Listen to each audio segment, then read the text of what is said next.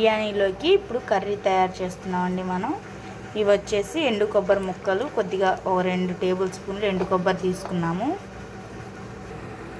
ఒక యాలుక్కాయ, 2 లవంగాలు, చిన్న ముక్క దాల్చిన చెక్క, ఒక 1/2 టేబుల్ స్పూన్ ధనియాలు వేయాలి. చూసారా, ఇప్పుడు ఇవన్నీ వేసాం కదా. ఇప్పుడు దీన్ని ఒకసారి గ్రైండ్ చేద్దాం.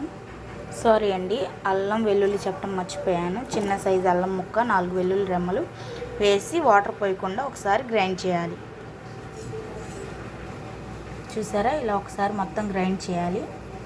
ఇప్పుడు దీంట్లోకి ఒక టమాటో, ఒక పచ్చిమిరపకాయ వేసి బాగా మెత్తగా గ్రైండ్ చేయాలి. చూసారా ఫ్రెండ్స్, ఇలా మెత్తగా పేస్ట్ చేయాలి. ఇప్పుడు దీనికి పోపు వేద్దాం మనం. 3 టేబుల్ స్పూన్ల ఆయిల్ వేసి ఒక బిర్యానీ ఆకును అలా తుంచి వేసాను అనమాట. కొద్దిగా ఒక 1/2 టేబుల్ స్పూన్ జీలకర్ర వేయాలి.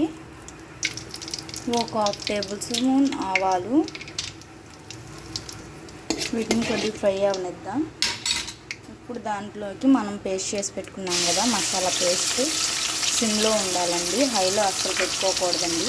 ఎందుకంటే మసాలా మాడితే చేదు వచ్చింది అనమాట. చూసారా, ఇది ఇలా బాగా మిక్స్ అయ్యే విధంగా కలపాలి. చూస్తున్నారా, వీడియోలో చూపిస్తున్న విధంగా ఇది ఇలా కలపాలన్నమాట. మనం రైస్లోకి చేస్తున్నాం కదా, రైస్లో కొద్దిగా సాల్ట్ ఉండేది కాబట్టి మనం దీంట్లోకి సరిపడినంత సాల్ట్ వేసుకోవాలి. చూసారా, ఇదైతే సరిపోతుంది దీంట్లోకి. ఇప్పుడు దీంట్లో ఒక 1/2 టీ స్పూన్ పసుపు వేయాలి. ఇప్పుడు దీన్ని మళ్ళీ మొత్తం కలిసే విధంగా ఒకసారి బాగా మిక్స్ చేసుకోవాలన్నమాట. మిక్స్ చేసి ఒక 2 మినిట్స్ మూత పెట్టాలి. చూసారా ఫ్రెండ్స్, ఇలా ఆయిల్ మొత్తం సపరేట్ అయింది. చూసారా, ఇందాక ఎంత లూజ్గా ఉంది, ఇప్పుడు గట్టిగా అయింది కదా. మసాలా అనేది బాగా మగ్గిపోయింది. ఇప్పుడు 1 కప్పు వాటర్ అనేది యాడ్ చేద్దాం.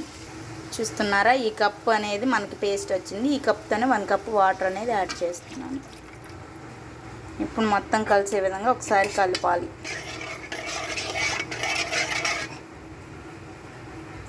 ఇప్పుడు దీంట్లో కారం వచ్చేసి 1/2 కప్పు, అంటే 1/2 టేబుల్ స్పూను కారం అనేది యాడ్ చేసి మొత్తం కలిసే విధంగా ఒకసారి కలుపుతున్నాను. కలిపి ఒక 2 మినిట్స్ వరకు మూత పెట్టాలండి. ఇలా ఉడికిపోయింది కదా. ఇప్పుడు కొద్దిగా కస్తూరి మేతిని నలిపి వేసుకోండి, ఎక్కువ వేసుకోకండి, చేదు వచ్చింది. కొద్దిగా లైట్గా నలిపి అనేది వేసుకోవాలి. ఇలా మొత్తం కలిసిపోయింది కదా. ఇప్పుడు స్టవ్ అనేది ఆపేద్దాం. చూసారా ఎంత పర్ఫెక్ట్గా వదిలిందో. ఓన్లీ 10 మినిట్సేనండి. నా ఛానల్ కనుక మొదటిసారి చూస్తున్నట్లయితే లైక్ చేయండి, షేర్ చేయండి, సబ్స్క్రైబ్ చేయండి ఫ్రెండ్స్. Bye friends. చూసారా, పర్ఫెక్ట్ టెక్స్చర్ అనేది చూసారా ఎంత పర్ఫెక్ట్గా ఉందో. కర్రీ అనేది మనకు రెడీ అయిపోయింది. ఇది రైస్, పరోటా, బిర్యానీ, చపాతీ, స్వీట్లో దేంట్లోకైనా సూపర్గా సెట్ అవుతుంది. చూసారా, మీరు కూడా ఇలా ట్రై చేస్తే ఎలా కుదిరిందో కామెంట్ సెక్షన్లో కామెంట్ చేయండి. Bye friends.